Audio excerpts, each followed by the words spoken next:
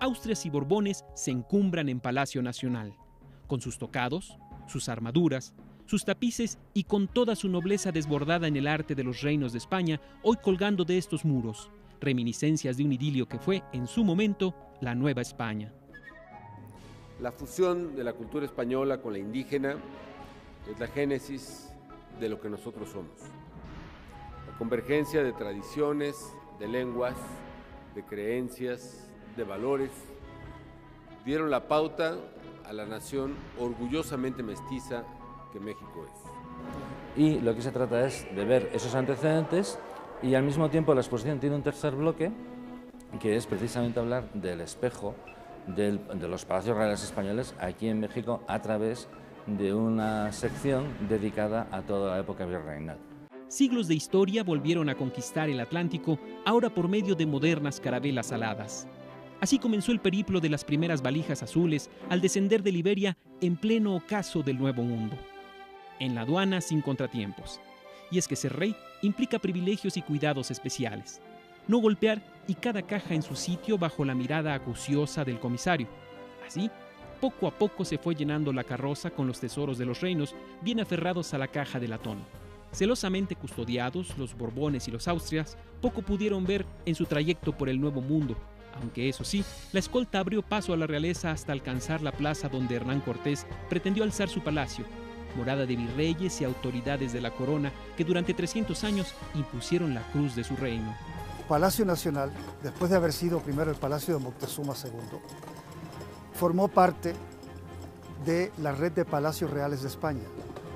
Entonces, un poco a través de esta muestra muy generosa que nos presta España, que por cierto es la mayor que jamás España haya montado en ningún país, ni siquiera en España, sobre su propio patrimonio, nos ha brindado estas piezas. Entonces es la primera muestra internacional, tiene que ver sobre nuestra propia historia de este palacio y es una historia muy poco conocida. Poca gente sabe qué pasó con Palacio Nacional durante los años del virreinato e incluso un poco antes. De eso se trata. Una a una, las valijas entraron a Palacio, pero aún había que cruzar el jardín botánico para entrar a la galería. Remanso de paredes vacías que poco a poco se fueron colmando ante la presencia adusta de las columnas del imperio. Hay una serie de elementos que para el visitante o para nuestros contemporáneos pasan un poco desapercibidos, pero que en la corte del siglo XVI española tenían unos significados muy claros. Por ejemplo, las columnas, las referencias arquitectónicas al antiguo Alcázar, que están enlazadas no solo con los edificios, que son sede del poder, sino que también están asociadas a ideas como fortaleza y todo este tipo de conceptos. Los cortinajes rojos o los tapetes rojos en otros cuadros que también hay en la exposición son referencias a las sedes de la monarquía o a la administración del poder. Dispuesta la corte de restauradores, curadores y especialistas que escudriñan cada centímetro de las piezas, por fin se abrió la primera valija y fue Felipe II quien asomó prudentemente la mirada. De inmediato se le hicieron los honores y fue levantado en brazos hasta el Real Muro que ya estaba dispuesto para su egregia estampa. Es la corte itinerante en España. Los monarcas no habitan en un palacio fijo, sino que se van moviendo de un sitio a otro. En el siglo XVI ya se establece la corte en un lugar fijo que es Madrid, sobre todo cuando Felipe II establece la capital en Madrid, y es el inicio del gran esplendor del actual Palacio Real. Esta decisión lo que supuso fue la creación de una red de palacios alrededor de la capital que tenían unas necesidades de ser decorados, de ser amueblados, ornados, simplemente porque es también un lenguaje del poder, de cómo se manifiesta el poder a través del edificio en el que vive el soberano. De esta red de palacios se seleccionaron 279 piezas que forman parte de las colecciones reales reunidas por vez primera lejos de Madrid, de Aranjuez y Río Frío. La importancia desde mi punto de vista es que prácticamente la totalidad de las obras que vienen son de las colecciones reales, es decir, del patrimonio nacional español. Ha habido exposiciones muy importantes, efectivamente, pero que han juntado obras de muy distintos museos. Una exposición que reúna tal cantidad de piezas de las colecciones reales, incluso piezas que vienen expresamente del palacete donde vive Su Majestad el Rey de España, don Juan Carlos I, que ha tenido la gentileza de apoyar esta exposición con su patrocinio, y que de su casa actual vienen varias piezas, concretamente las dos que cierran la exposición, que son 2 cuadros de Goya. Es un préstamo muy importante. Luego de los reyes aparecieron las deidades católicas. La Virgen con el Niño, la presentación en el templo y San Jerónimo penitente nos remontan hacia ese pasado de luz que se pierde entre las sombras del dogma. Entonces, bueno, pues todo este tipo de cosas son las que se están contando en la exposición. En concreto, este retrato es lo que nos dice.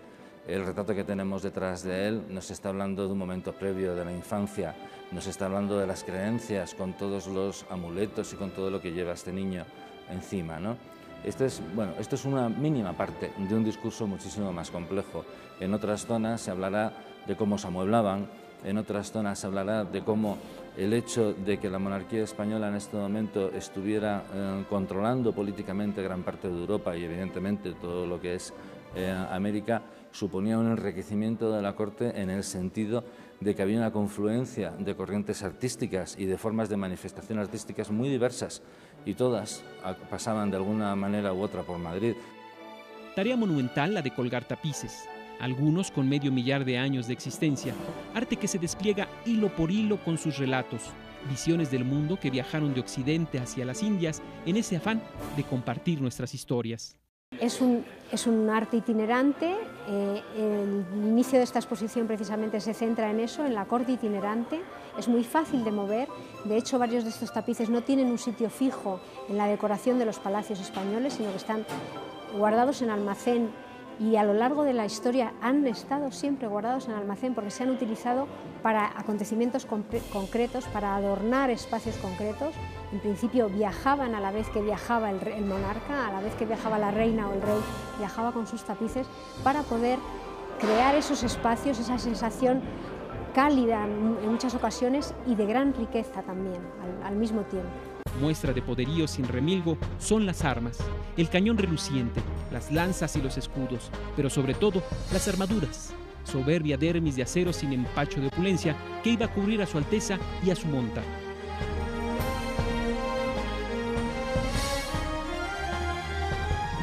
La armería no hay que entenderla nunca, jamás, en una corte en un sentido militar.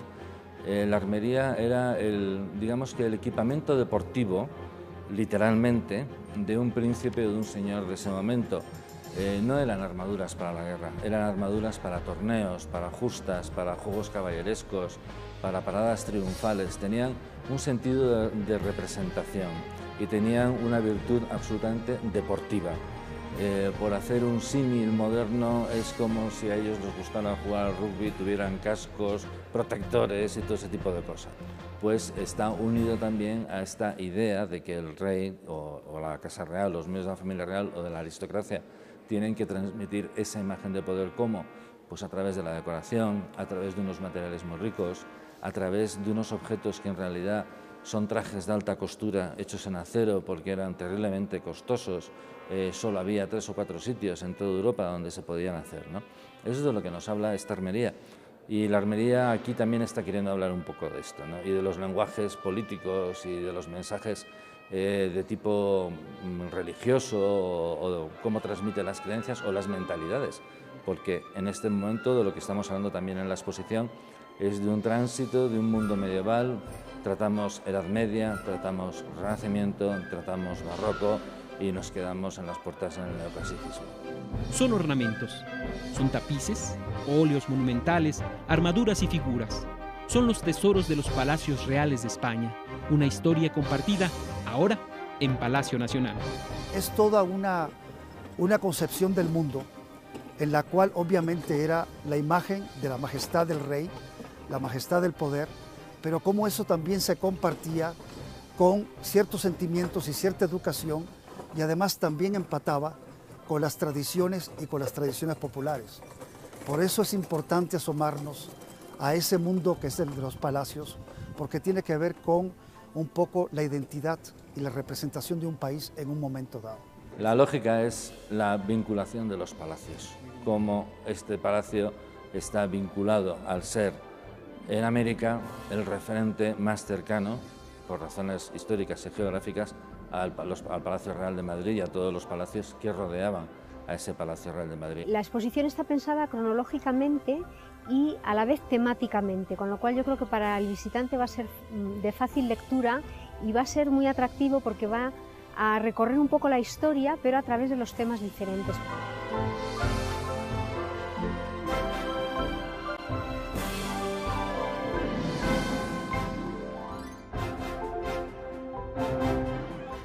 Hoy esta gran exposición, Tesoros de los Palacios Reales de España, una historia compartida, refrenda precisamente la hermandad y la gran cercanía entre los pueblos español y mexicano.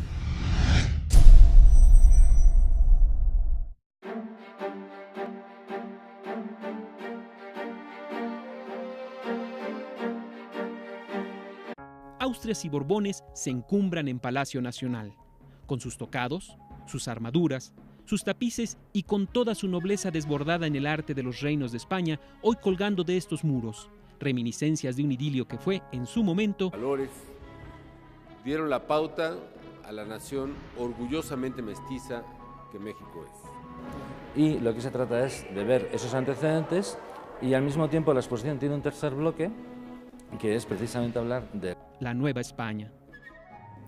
La fusión de la cultura española con la indígena es la génesis de lo que nosotros somos. La convergencia de tradiciones, de lenguas, de creencias,